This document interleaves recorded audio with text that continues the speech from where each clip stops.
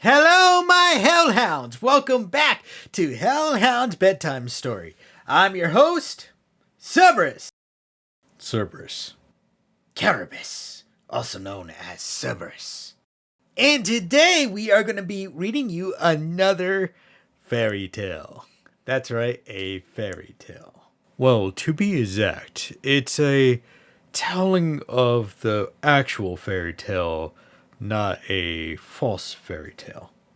That's right, this isn't any Disney rendition of a fairy tale. That's right! This story, or fairy tale to be specific, is actually Cinderella by the Brothers Grimm. The Brothers Grimm was actually known to take all the original fairy tales, as was told, and combine them into one book series for reading. And I gotta tell you, this is the fun story type. Brother, have I ever told you you got that evil laughter down? Anyway, yes, we are going to be reading Cinderella from the Complete Grimm's Fairy Tales book. And I actually kind of want to read today, if you guys don't mind. I don't see why not, especially since this is kind of your outlet anyway. I don't mind, honestly. You can have this one. Great! Now I can read all about Cinderella from the Brothers Grimm. The wife of a rich man fell sick, and as she felt that her end was drawing near, she called her only daughter to her bedside and said, "Dear child, be good and pious, and then the good God will always protect you, and I will look down on you from heaven and be near you." Thereupon she closed her eyes and departed. Every day the maiden went out to her mother's grave and wept, and she remained pious and good. When winter came, the snow spread a white sheet over the grave, and by the time the spring sun had drawn it off again, the man had taken another wife. The woman had brought with her into the house 2 daughters who were beautiful and fair of face, but vile and black of heart. Now began a bad time for the poor stepchild. "Is the stupid goose to sit in the parlor with us?" they said. "He who wants to eat bread must earn it. Out with the kitchen wench." They took her pretty clothes away from her, put an old gray bedgown on her, and gave her wooden shoes. "Just look at the proud princess, how decked out she is." They cried and laughed and led her into the kitchen. There she had to do hard work from morning till night. Get up before daybreak, carry water, light fires, cook and wash. Besides this, the sisters did her very unimaginable injury. They mocked her and emptied her peas and lentils into the ashes, so that she was forced to sit and pick them out again. In the evening, when she had worked till she was weary, she had no bed to go to, but had to sleep by the hearth in the cinders. And as on that account she always looked dusty and dirty, they called her Cinderella. It happened that the father was once going to the fair, and he asked his 2 stepdaughters what he should bring back for them. "Beautiful dresses," said one. "Pearls and jewels," said the second. "And you, Cinderella," said he, "what will you have?" "Father, break off for me the first branch which knocks against your hat on your way home." So he bought beautiful dresses, pearls, and jewels for his 2 stepdaughters, and on his way home, as he was riding through a green thicket, a hazel twig brushed against him and knocked off his hat. Then he broke off the branch and took it with him. When he reached home, he gave his stepdaughters the things which they had wished for, and to Cinderella he gave the branch from the hazel bush.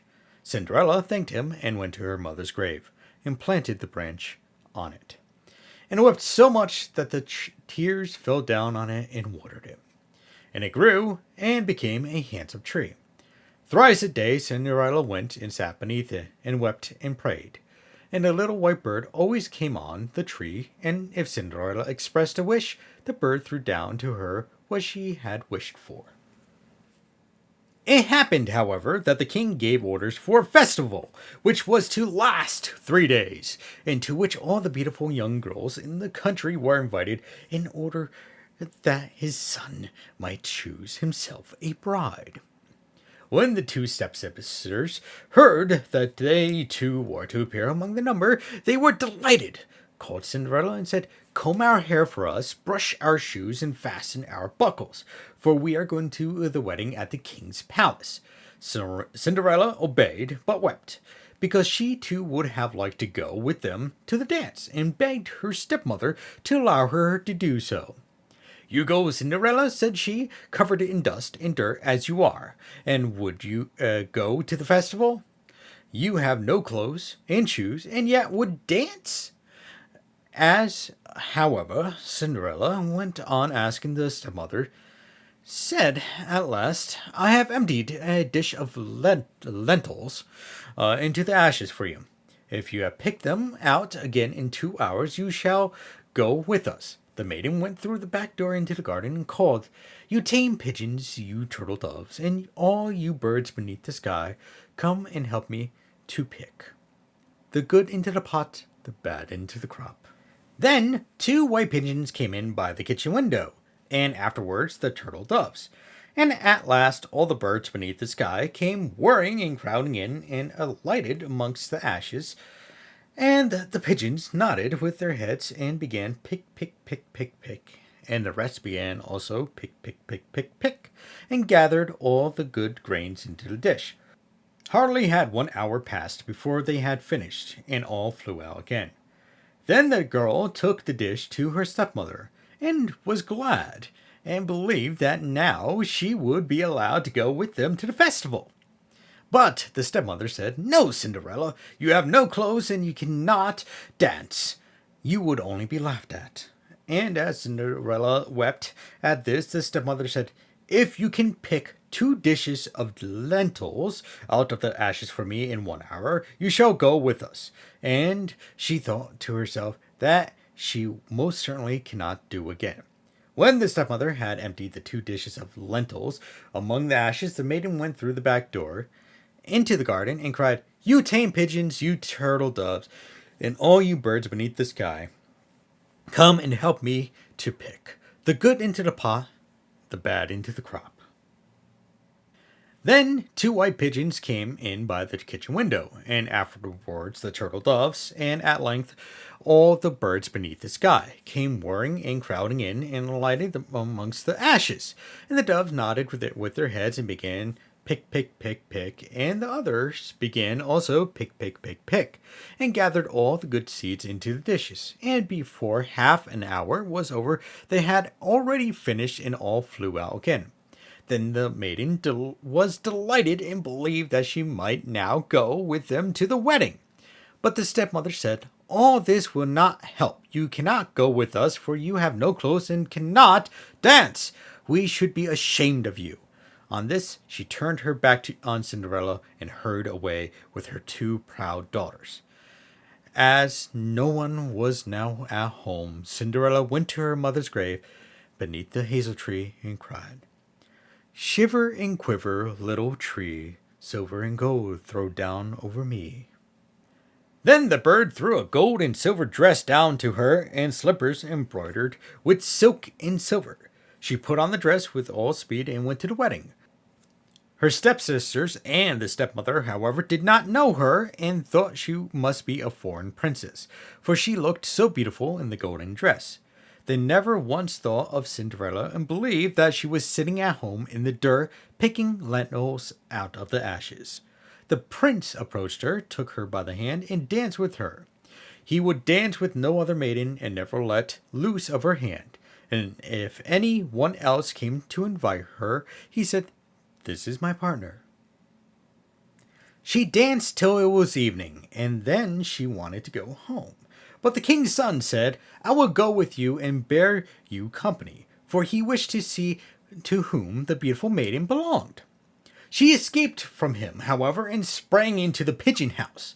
The king's son waited until her father came, and then he told him that the unknown maiden had leapt into the pigeon house. The old man thought, "Can it be Cinderella?" and they had to bring him an axe and pickaxe, that he might hew the pigeon house to pieces. But no one was inside it. And when they got home, Cinderella lay in her dirty clothes among the ashes, and a dim little oil lamp was burning on the mantelpiece. For Cinderella had jumped quickly down from the back of a pigeon house and had run to the little hazel tree, and there she had taken off her beautiful clothes and laid them on the grave. And the bird had taken them away again. And then she had seated herself in the kitchen amongst the ashes in her gray gown. Next day, when the festival began afresh, and her parents and the stepsisters had gone once more, Cinderella went to the hazel tree and said, "Shiver and quiver, my little tree, silver and gold throw down over me." Then the bird threw down a much more beautiful dress than on the preceding day. And when Cinderella appeared at the wedding in this dress, every one was astonished at her beauty. The king's son had waited until she came and instantly took her by the hand and danced with no one but her. When others came and invited her, he said, "This is my partner." When evening came, she wished to leave, and the king's son followed her and wanted to see into which house she went. But she sprang away from him and into the garden behind the house. Therein stood a beautiful tall tree on which hung the most magnificent pears. She clambered so nimbly between the branches like a squirrel that the king's son did not know where she was gone. He waited until her father came and said to him, "The unknown maiden has escaped from me, and I believe she has climbed up the pear tree." The father thought, "Can it be Cinderella?" and had an axe brought and cut the tree down. But no one was on it. And when they got into the kitchen, Cinderella lay there among the ashes as usual, for she had jumped down on the other side of the tree, had taken the beautiful dress to the bird on the little hazel tree, and put on her gray gown. On the third day, when the parents and sisters had gone away, Cinderella went once more to her mother's grave and said to the little tree, "Shiver and quiver, my little tree, silver and gold throw down over me." And now the bird threw down to her a dress which was more splendid and magnificent than any she had yet, and the slippers were golden. And when she went to the festival in the dress, no one knew how to speak for astonishment. The king's son danced with her only, and if anyone invited her to dance, he said, "This is my partner."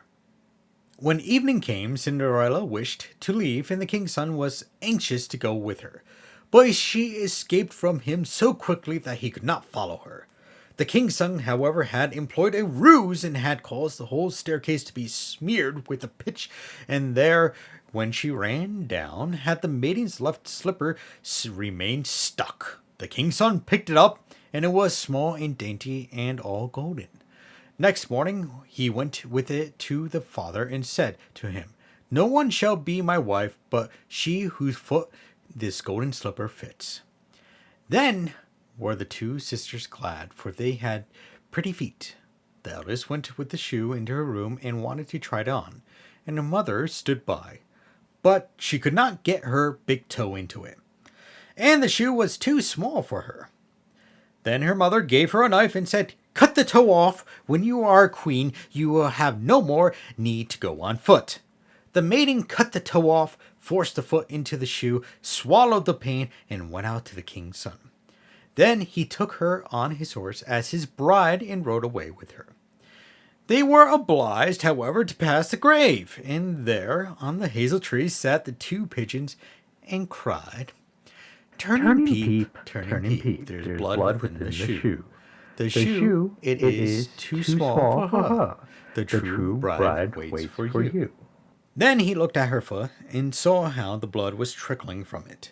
He turned his horse around and took the false bride home again, and said she was not the true one, and that the other sister was to put the shoe on. Then this one went into her chamber and got her toes safely into the shoe, but her heel was too large. So her mother gave her a knife and said, "Cut a bit of your heel. When you're a queen, you will have no more need to go on foot." The maiden cut off a bit of her heel, forced her foot into the shoe, swallowed the pain, and went out to the king's son. He took her on his horse as his bride and rode away with her. But when they passed by the hazel tree, the two pigeons sat on it and cried, "Turn and Turn and peep, peep, turn and turn and peep, peep. there's There's blood blood within within the the shoe. shoe. The The shoe it shoe it is is too too small small for for her, her. the The true true bride bride waits waits for for you." you. He looked down at her foot and saw how the blood was running out of her shoe, and how it had stained her white stocking quite red.